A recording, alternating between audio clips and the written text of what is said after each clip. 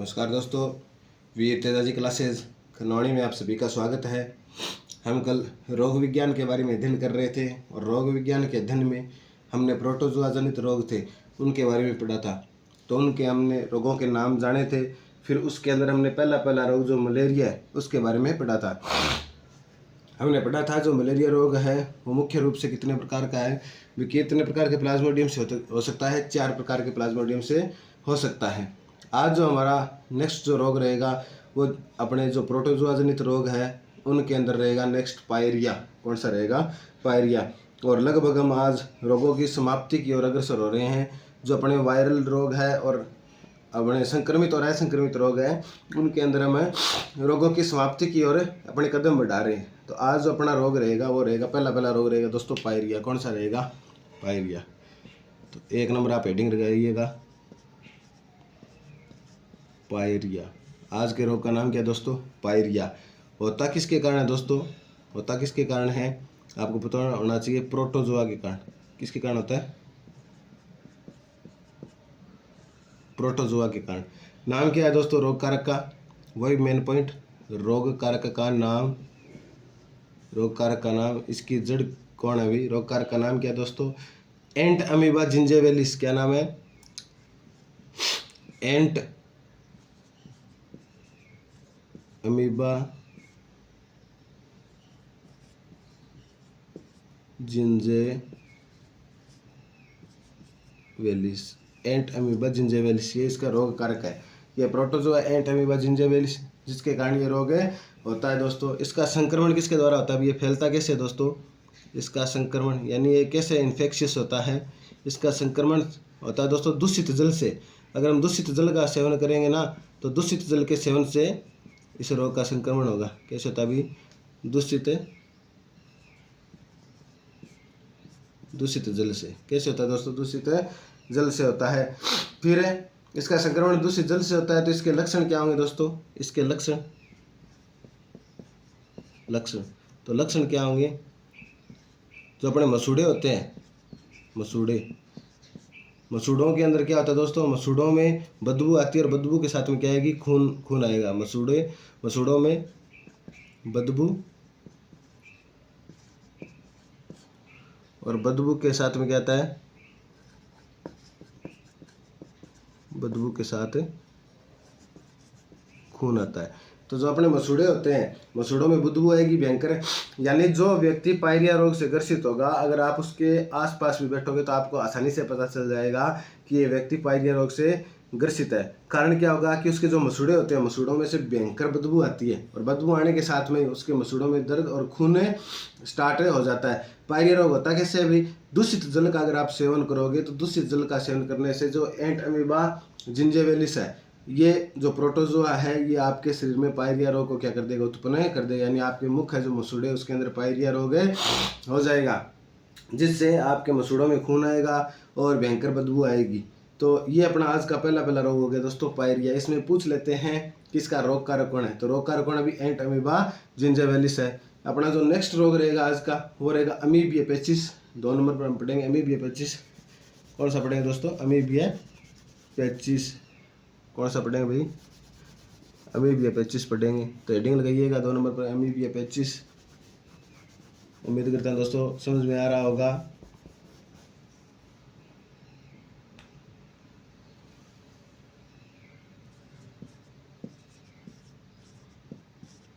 Amoebae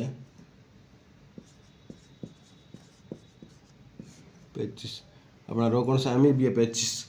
amoebae पेचिस या इसको बोलते हैं दोस्तों अमीबियोसिस, या क्या बोलते हैं? अमीबियोसिस। अमीबियोसिस, इसको अमीबियोसिस भी बोलते हैं। तो इसका रोग कारक होता किससे भी? प्रोटोजोआ से। तो रोग कारक इसका रोग कारक तो रोग कारक कौन सा है दोस्तों? इसका रोग कारक एंट अमीबा हिस्टोलाइटिका। एंट अमीबा हिस्टोलाइटिका। एंट अमीबा हिस्टोलाइटिका। इस रोग का जो रोग कारक है वो एंट अमीबा हिस्टोलाइटिका है। जो क्या उत्पन्न करता है अभी, अमीबिया पेचिस रोग उत्पन्न करता है। इसका संक्रमण कैसे होगा भाई, इसका भी संक्रमण दूषित जल से होगा। संक्रमण तो कैसे होगा दोस्तों, इसका संक्रमण होगा दूषित जल से, दूषित जल से इसका क्या होगा, संक्रमण होगा। लक्षण क्या होंगे, पेट दर्द होगा, पेट दर्द के साथ में आपको क्या लगेंगे, दस्त लगेंगे। तो लक्षण यानी इसके सिम्टम क्या होंगे भी, सिम्टम में पेट दर्द के साथ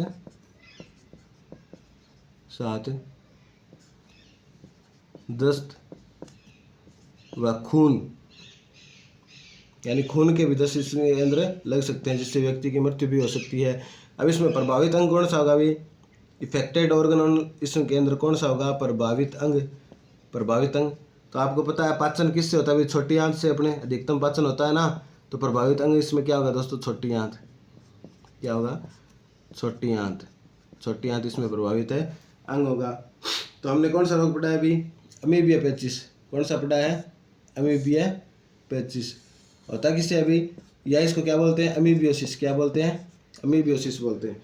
होता किससे, एंट अमीबा हिस्टोलाइटिका। किससे होता है अभी, एंट अमीबा हिस्टोलाइटिका से होता है। इसका रोग कारक है, संक्रमण कैसे होगा अभी, दूषित जल से होगा। संक्रमण किससे होगा, दूषित जल से होगा। इसके लक्षण क्या है अभी, लक्षण इसके अंदर पेट दर्द होगा, पेट दर्द के साथ में दस्त, और दस्त भी कैसे लगेंगे दोस्तों, खून के दस्त लगेंगे। तो हमने प्रोटोजोआ से जनित 2 रोगों के बारे में अध्ययन कर लिया। अब हम नेक्स्ट रोग पढ़ेंगे इसके अंदर, वह है निद्रालु रोग। कौन सा अभी, निद्रालु रोग। तो निद्रालु रोग क्या आप हेडिंग लगाइएगा। तो नेक्स्ट रोग अपना रहेगा निद्रालु रोग। और हम धीरे धीरे जो प्रोटोजोआ जनित रोग है उनके खात्मे की तरफ यानी समाप्ति की तरफ बढ़ रहे हैं। तो नेक्स्ट अपनी हेडिंग रहेगी निद्रालु रोग की। किसकी रहेगी दोस्तों, निद्रालु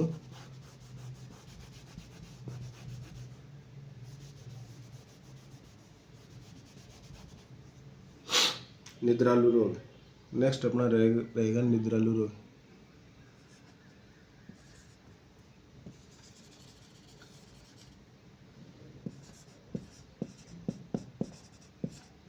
निद्रालु रोग या इसको फ्रिल की निद्रालु रोग भी बोलते हैं। रोग कारक होता किससे है भाई, प्रोटोजोआ। तो प्रोटोजोआ का नाम क्या है दोस्तों, ट्रिप्नोसोमा गैम्बुएंसिस। ट्रिप्नोसोमा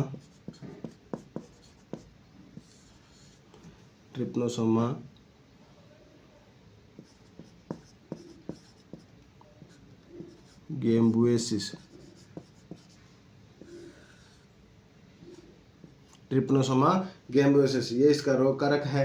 लक्षण भाई, लक्षण क्या होगा, निंद्रा और आलस्य। लक्षण इसमें व्यक्ति को नींद आएगी, नींद के साथ में आलस रहेगा। निंद्रा व आलस्य, ये आपका हो गया निद्रालु रोग। आज का अपना 3 नंबर रोग है निद्रालु रोग। अब अपने नेक्स्ट और लास्ट रोग पढ़ेंगे काला आजार। काला आजार ये अपने प्रोटोजोआ जनित रोगों में लास्ट रोग है काला आजार। काला आजार होता किससे अभी, रोग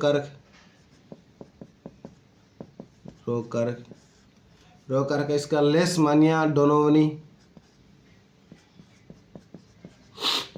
लेशमानिया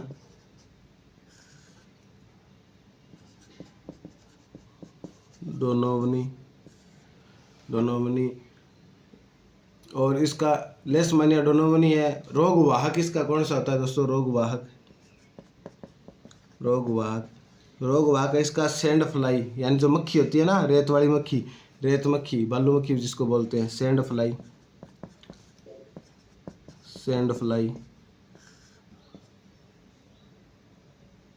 फ्लाई जिसको अपने बालू मक्खी भी बोलते हैं।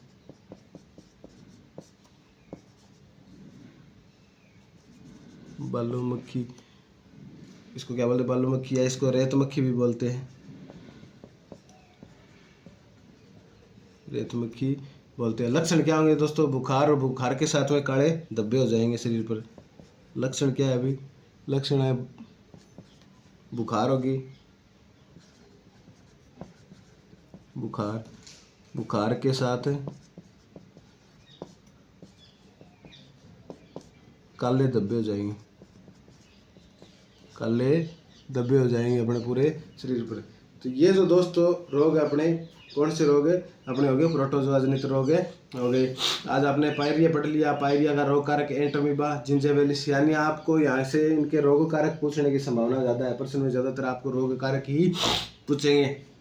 फिर हमने पढ़ लिया अमीबिया पेचिस, जिसे एमीबियोसिस बोलते हैं, इसका रोग कारक है एंट अमीबा हिस्टोलाइटिका। फिर है निद्रा रोग, जिसे अफ्रीकी निद्रालु रोग भी बोलते हैं, इसका जो रोग कारक है वो ट्रिप्नोसोमा गैम्बियोसिस है, व्यक्ति को ज़्यादा नींद आएगी, आलस्य रहेगा।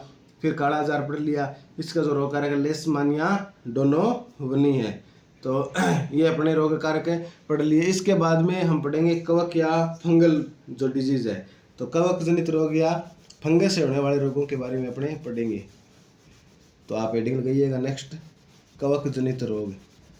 नेक्स्ट अपनी हेडिंग रहेगी दोस्तों कवक जनित रोग।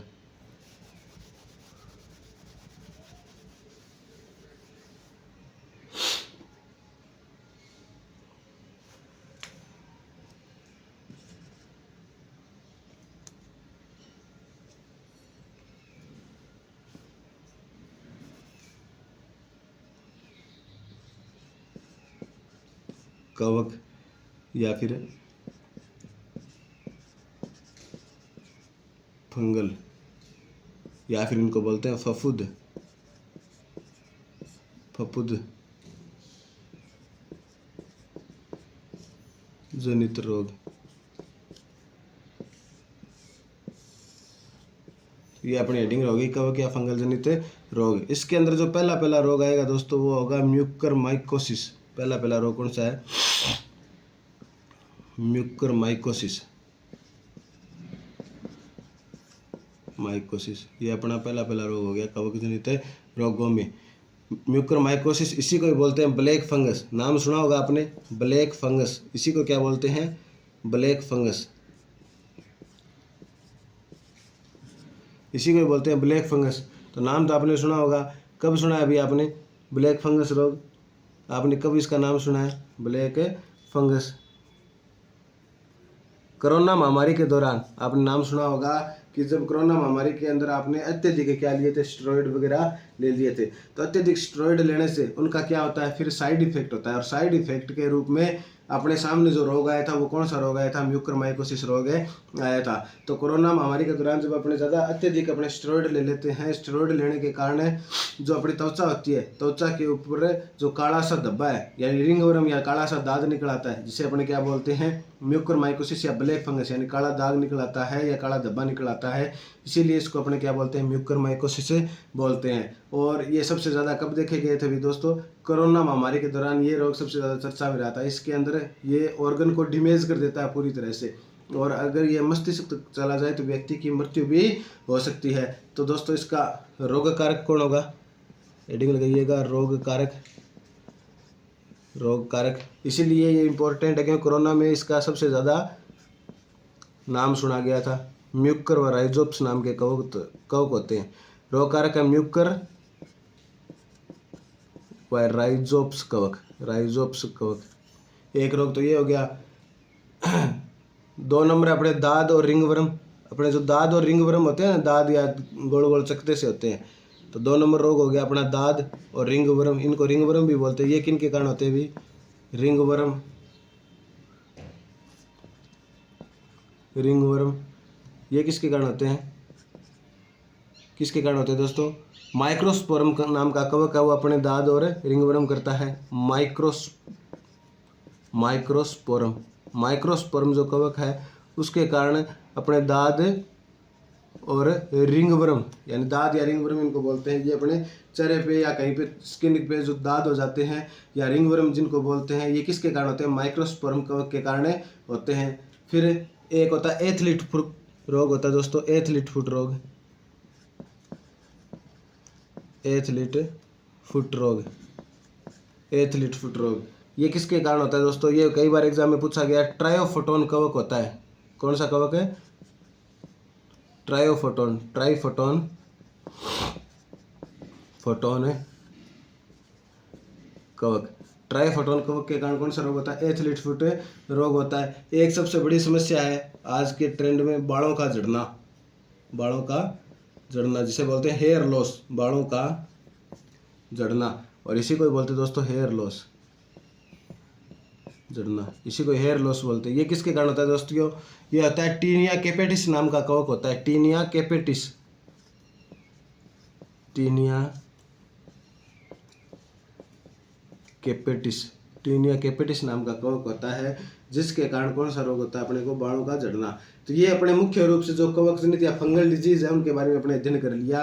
ये 3-4 जो अपने कवक जनित या फंगल डिजीज रोग है जिनके बारे में अक्सर एग्जाम में प्रश्न पूछ लिया जाता है, जिसमें पहला इंपॉर्टेंट है वो म्यूकरमाइकोसिस जिसे ब्लैक फंगस बोलते हैं। तो इसका रोगकारक होगा दोस्तों म्यूकर व राइजोप्स नाम के 2 कवक होते हैं, वो इस रोग के रोगकारक है। 2 नंबर है दाद या रिंगवर्म, जो किसके कारण होते हैं? माइक्रोस्पोरम कवक के कारण होते हैं। फिर एथलीट फुट जो किसके कारण होता है? ट्राइफोटोन नाम का कवक उसके कारण होता है। और फिर है सबसे भयंकर समस्या है जिससे व्यक्ति सबसे ज्यादा ग्रसित रहता है, चिंताजनक रहता है, वो है बालों का झड़ना।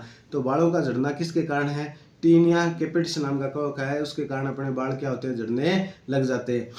तो ये रोगों अपने ये दोस्तों अपने आज के रोगों के बारे में हमने अध्ययन कर लिया। तो आज हमने एक तो जो अपने प्रोटोजोआ जनित रोग है उनको कंप्लीट कर लिया और कवक जनित रोग है उनको कंप्लीट कर लिया। उम्मीद करता हूँ दोस्तों आपको क्लास अच्छी लगी होगी, समझ में आया होगा। क्लास को शेयर कीजिएगा, चैनल को सब्सक्राइब कीजिएगा, सहयोग कीजिएगा। इसी के साथ आज की क्लास को विराम देते हैं। सभी को राम राम, धन्यवाद। जय वीर तेजा जी की, जय हिंद।